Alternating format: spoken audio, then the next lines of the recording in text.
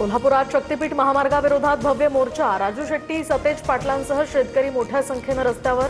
जिल्हाधिकारी कार्यालयामध्ये निवेदन देणार। दसरा चौक परिसरात पोलिसांचा मोठा बंदोबस्तही तैनात।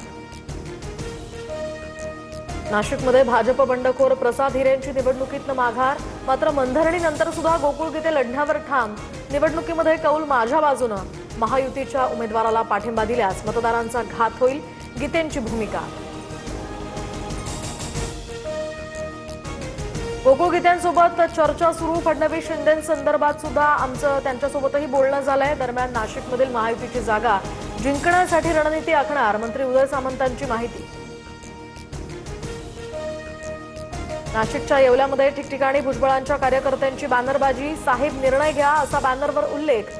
राजेंद्र जैन यांना राज्यसभेची उमेदवारी दिल्यामुळे भुजबळांचे कार्यकर्ते नाराज।